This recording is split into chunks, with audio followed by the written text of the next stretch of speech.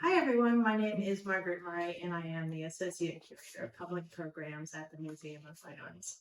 Today, in celebration of the final days of our Picasso de Hockney Out of the Stage exhibition, we're going to be creating a sloe gin fizz cocktail.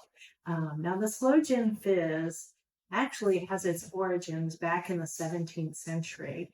In the early 17th century, Parliament began passing land enclosure acts which were designed to take all of the common land and delineate it into individual homesteads and parcels.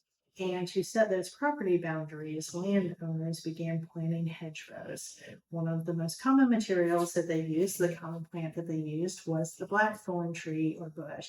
It's very dense and it had sloe berries on it. Now, sloe berries, actually, sloe is spelled SLOE in this instance. Um, Sloe berries they look like blueberries, but they have none of the sweetness of a blueberry. They are incredibly tart and astringent and really are unpalatable on their own.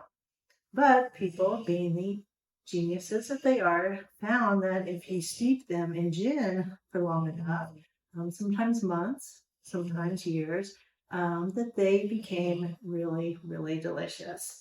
So that led to it became such a common thing. Sloe gin became so common because there were hedgerows being planted. So more and more land was being taken up by individual families.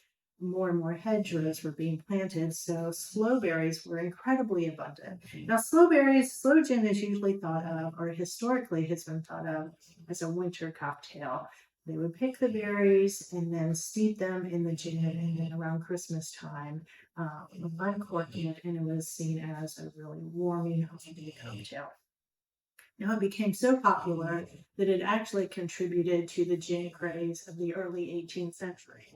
And this was a period, especially in London, but certainly throughout Great Britain, where gin was consumed on such a heavy basis. A lot of people liken it to almost drug wars of today. There was massive public drunkenness, a lot of debauchery. And there's actually a poem written in 1717 that attributes sloe gin to the moral decline of the citizens of Great Britain.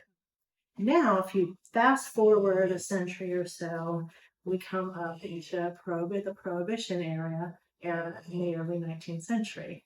And the sloe gin fizz cocktail certainly became very popular then. One of its big fans was Gertrude Stein, whose costumes are in our Art of the Stage exhibition. Her landmark 1947 opera, Mother of Us All.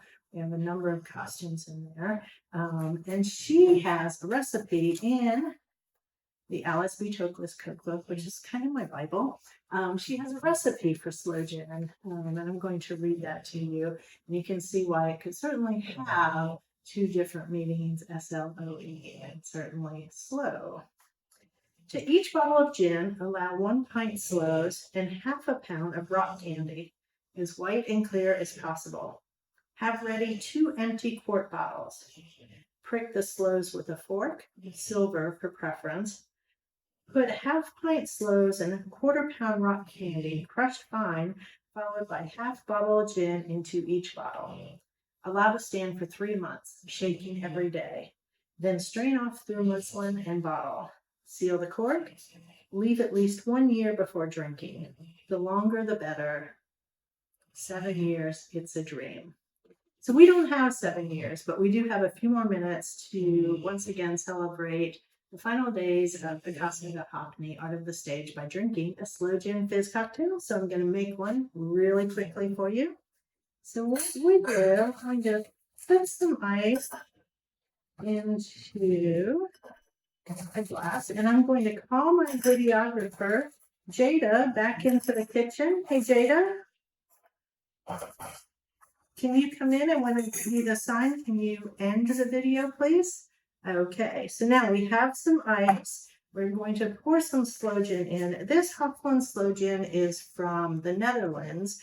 Sip Smith makes a wonderful British sloe gin, and there are a number of other distillers who are making this. Sloe gin kind of fell out of favor in the 60s and 70s, but has been making a bit of a resurgence now. So here we go. And there are certainly, every cocktail recipe is different, so I'm just going to eyeball things as we go along. So a little bit of sloe gin. Now it calls for some lemon juice and simple syrup. I have some lemon simple syrup that is left over from some candied lemon slices that I made this weekend. So we have some of that sweetness and tartness, but I'm going to go ahead and pour some lemon juice in here. And what I did, because I knew I would have some lemon flavored simple syrup, and mix this with some orange juice and some lime juice just to give it a nice citrus feel. Then we're going to pour some of that in there. Then we're going to pour a little bit of simple syrup. Maybe a touch more because it does become really astringent. And then we are going to add the fizz.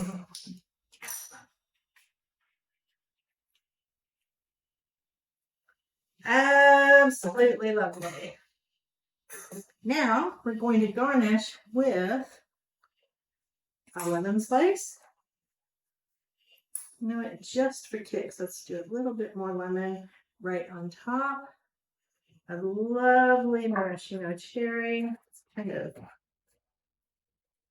stir things up a tiny bit. Here we go. Bon appetit. Cheers, everyone. This is such a delightful, refreshing drink. I am looking forward to seeing everyone back at the museum again. And please do enjoy the final video tour of our Picasso de Hoffmann Art of the Stage exhibition. Thank you so much.